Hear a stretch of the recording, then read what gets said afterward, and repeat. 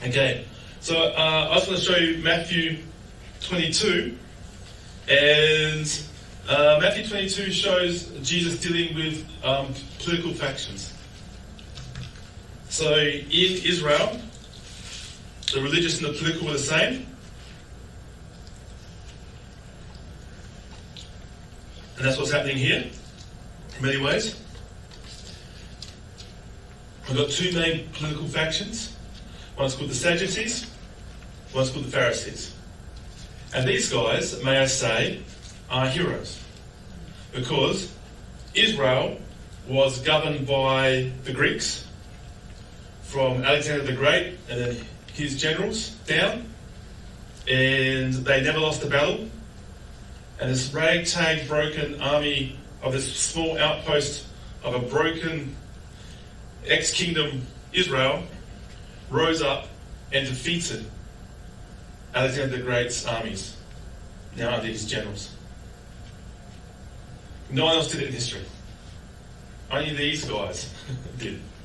And they broke down Greece, retook Jerusalem, retook the temple, took all the Greek things out of the temple, put back Yahweh worship in there, and it's a military history great achievement. It's almost impossible what they've achieved. They held it obviously until the Romans came through. When the Romans came through, they still held it because they were so intense. And they knew we lost this place because we stopped following the law. We broke God's law. We stopped doing the Sabbath. We didn't do Jubilees and idols. We don't, that's why we lost this land. It was very clear from the prophets. They were brutal on these things. You can't work on the Sabbath because we'll lose our land. That's right. By their view. You know, and all these other things. And these are the Sadducees and the Pharisees. The difference between those two is the same difference we have in the church now.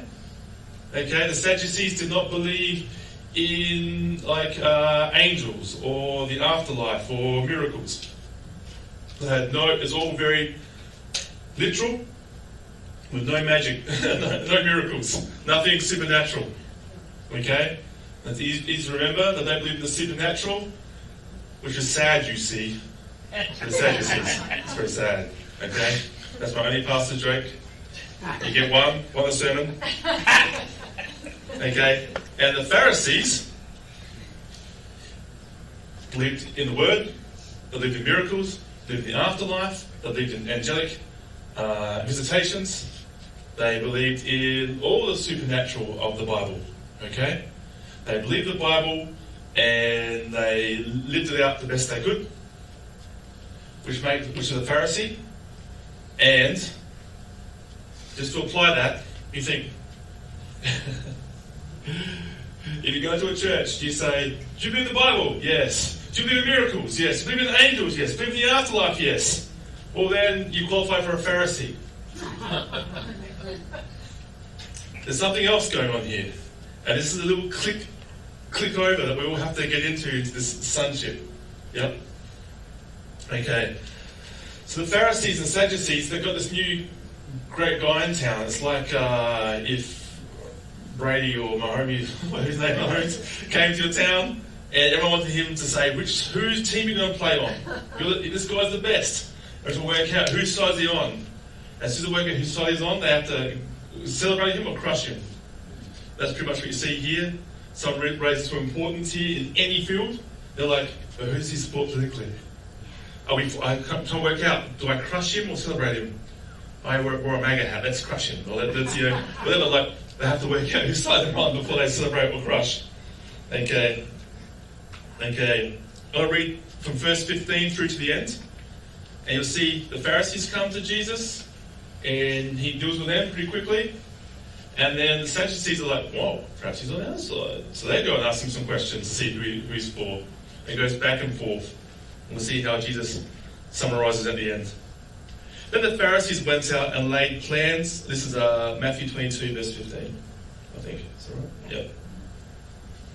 Then the Pharisees went out and laid plans to trap him in his words. They sent out their disciples to him along with the Herodians. "Teacher," they said, "we know that you are a man of integrity and that you teach the way of God in accordance with the truth. You aren't swayed by others because you pay no attention to who they are. Tell us then, what is your opinion? Is it right to pay the imperial tax to Caesar or not?" But Jesus, knowing their evil intent, said, "You hypocrites, why are you trying to trap me? Show me the coin used for paying the tax." He brought the denarius, and he asked them, "Whose image is this? And whose inscription?" "Caesar's," they said. Then he said to them, "So give back to Caesar what is Caesar's, and to God what is God's." Okay.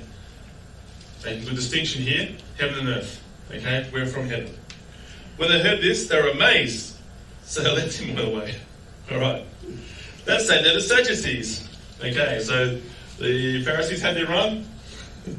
Didn't quite work. So the Sadducees are going to have their run. Okay, same day. The same day, the Sadducees, who say there is no resurrection, so they're not into afterlife and miracles and angels, come to him with a question. "Teacher," they said, "Moses told us that if a man dies without having children, his brother must marry the widow and raise up offspring for him. Now there were 7 brothers among us. The first one married and died. And since he had no children, he left his wife to his brother. The same thing happened to the second and the third brother, right down to the 7th. Perhaps it's her. That's a little bit suspicious, isn't it? Anyway, finally the woman died. Now then, at the resurrection, whose wife will she be of the 7, since all of them were married to her?" Jesus said, "You are in error, because you don't know the scriptures, or the power of God.